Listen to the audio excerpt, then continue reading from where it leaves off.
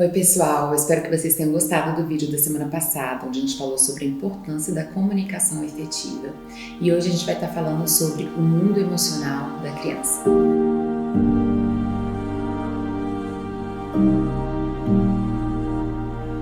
Bom, gente, eu decidi falar sobre esse tema porque eu tenho falado nos outros vídeos, sobre a importância da inteligência emocional. E a vida emocional da criança é muito diferente da vida emocional do adulto. Muitas vezes, que é um processo natural, a gente se distancia, da vivência infantil de fato. Isso é até um exercício terapêutico, a gente se reaproximar da nossa criança interior. Então, muitas vezes a gente não consegue mais ter tanta empatia, tanta compreensão de como a criança sente, pensa e reflete sobre as coisas que estão acontecendo naquele momento. E por que esse é um momento tão especial e importante na nossa vida? Porque a gente está em processo de desenvolvimento e aprendizado, como nunca mais estaremos na vida. Ou seja, a criança, ela não está só pegando informações nos sentidos práticos da vida, como fazer coisas, aprender coisas, mas também no âmbito emocional, de forma muito mais intensa. Afinal, ela tem uma dependência completa nesse momento da vida. Então, ela está aprendendo ali sobre ela. Então, como ela tem uma dependência, aquilo que o adulto fala, como ele se expressa, em relação a ela, ela absorve. Ela está aprendendo sobre as relações, como funcionam as relações, qual é o meu papel dentro das relações. Ela está aprendendo sobre como a vida funciona, Eu tenho que ter um olhar construtivo, confiante diante da vida, eu tenho que ficar insegura, com medo da vida. Tudo isso é processo de adaptação, de aprendizado nesse primeiro momento da vida, que é a infância. Entendendo que esse é um momento único na vida, que é a infância, a gente entende melhor a intensidade das necessidades, das expressões, das emoções da criança. Afinal, ela ainda não tem todos os sensos críticos, ela ainda não tem filtros, ela ainda está num processo ainda muito de ser vista, de ser amada, de ser aceita, de fazer parte dos processos. Então é muito natural que a criança sinta e expresse as coisas de forma mais intensa. E aí isso se faz necessidade de 2 pontos, para pais e educadores.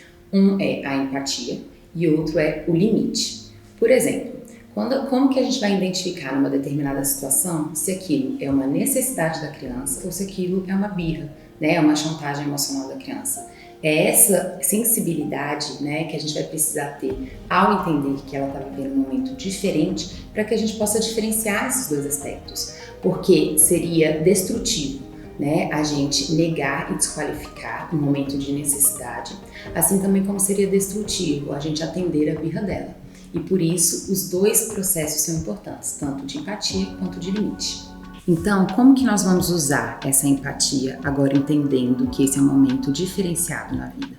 É exatamente a sensibilidade de que nem sempre a criança vai sentir as coisas como nós adultos sentimos. Afinal, a gente já tem muitos processos internos desenvolvidos, de percepção, de avaliação. Então, por exemplo, uma frustração, uma coisa que pode ser apenas uma frustração para um adulto, pode ser sentido de forma muito mais intensa para uma criança, Vamos dizer que, por exemplo, ela perdeu um bonequinho.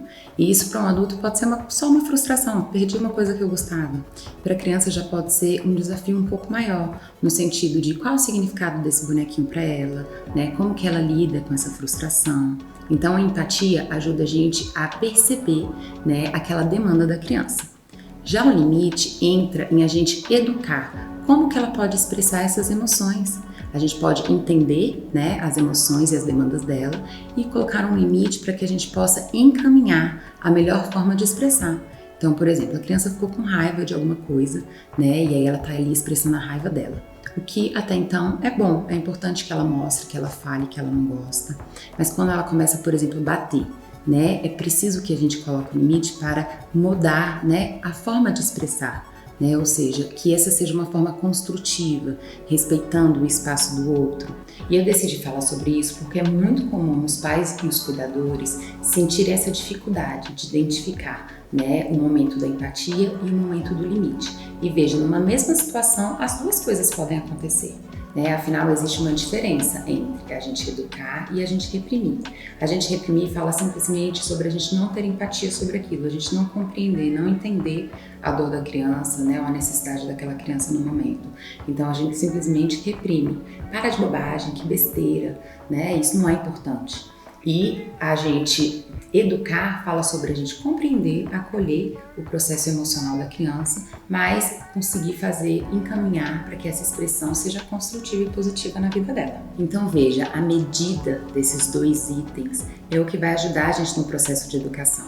É claro, gente, que isso é um desafio, né? Afinal, a gente exercitar, né, esse mundo da criança é uma coisa importante para que a gente consiga compreender melhor o momento de empatia e o momento de limite.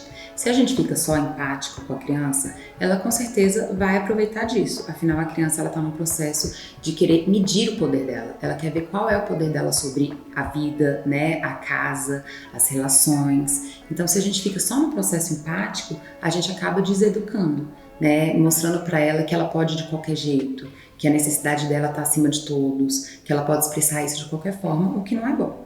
Já se a gente entra numa rigidez, né, de estar sempre colocando limite de formas duras, rígidas e desqualificativas, a gente está mostrando para a criança o oposto, que ela não é importante, que o que ela sente não é legal, né, ou que ela sente ela não pode confiar. Ou seja, isso vai gerando uma desconexão, um distanciamento dela com ela mesma, o que é causador de grande parte das doenças emocionais futuras. Para que os bebês se convertam em adultos saudáveis, independentes, dependem totalmente de que lhes seja dado um bom princípio. Amor é o nome desse vínculo. Winnicott. Então, o mais importante do vídeo de hoje é entender que tanto a empatia quanto o limite fala sobre amor. Afinal, quando a gente tem empatia e quando a gente coloca limite, é porque a gente está atento, presente ao processo dessa criança e é isso que faz ela se sentir segura e amada. E na semana que vem vamos falar sobre as relações infantis e o desafio do bullying. Até lá!